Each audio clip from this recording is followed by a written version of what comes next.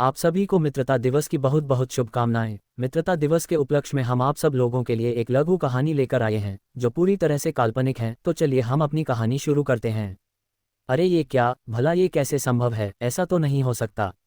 लेकिन मंडल साहब माता बंगलामुखी के अनन्य भक्त होने के साथ साथ अदृश्य शक्तियों को बहुत मानते थे। लेकिन आज तो जैसे उन्होंने अपने खुली आंखों से चमत्कार देखा।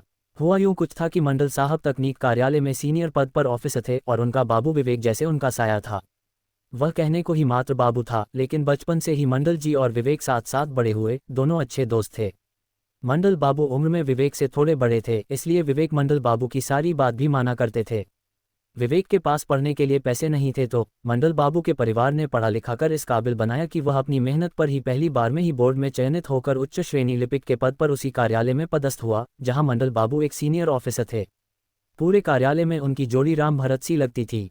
वह खुद कहते थे कि यह मेरा बाबू नहीं, माँ का आशीर्वाद है और मेरा छोटा भाई है। इसे माँ ने मेरे जीवन के खालीपन को भरने के लिए भेजा है। उनकी जोड़ी को देखकर बहुत से लोग ईर्ष्या भी करते थे और कहते भी थे कि आखिर कब तक तुम्हारा साथ रहेगा, आज नहीं तो कल ट्रांसफ़र हो ही जाएगा। लेकिन विवेक भी बड़ा जिद्दी था। वह भी मंडल जी की सेवा में ऐसा डूबा था कि उसने अपने 3-3 प्रमोशन ठुकरा दिए थे। वह कहता था, दादा अगर मर भी जाऊं तो भी अपने आप को अकेला मत समझना। इस ऑफिस की एक एक फाइल को अच्छे से जानता हूं। तब किसे पता था कि उसे उसके ये कथन बहुत जल्द सही होने वाले हैं।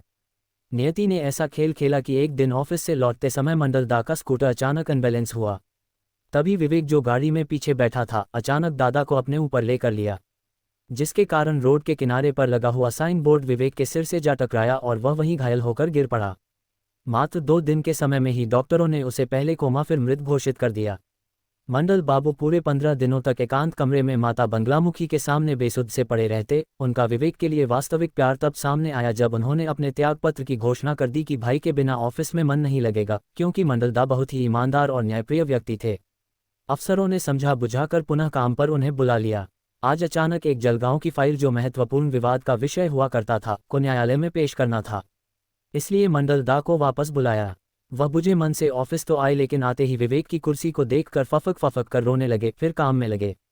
फिर ऐसा भी क्या काम, वो लगातार दोपहर तक हर पन्नों को अपने हाथों से लिखकर डिस्पैच के लिए देने गए और थकावट में वही कुर्सी पर बैठ गए। सभी ऑफिस के लोग लंच के लिए चले गए। तभी अचानक मंडल दा को ऐसा महसूस हुआ कि कंप्यूटर स्क्रीन चमक रही है।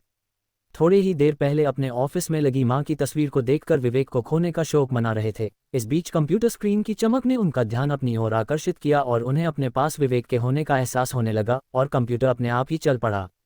कंप्यूटर की स्क्रीन पर अचानक वह तस्वीर जिसे विवेक अक्सर देखा करता था, जिसमें एक और माता की और एक और मंडल दा नजर आए, और देखते ही देखते कंप्यूटर अपने आप चलने लगा। सारे पेपर जिसे मंडल बाबू ढूंढना चाहते थे अपने आप ही प्रिंट होने लगा है। ऐसे लगा जैसे विवेक हमेशा से ही जानता था कि इन फाइलों की आवश्यकता होगी। सेंट्रल प्रिंटर की आवाज़ सुनकर चपरासी दौड़कर आया और बोला, बाबू कुछ प्रिंट दिए हो?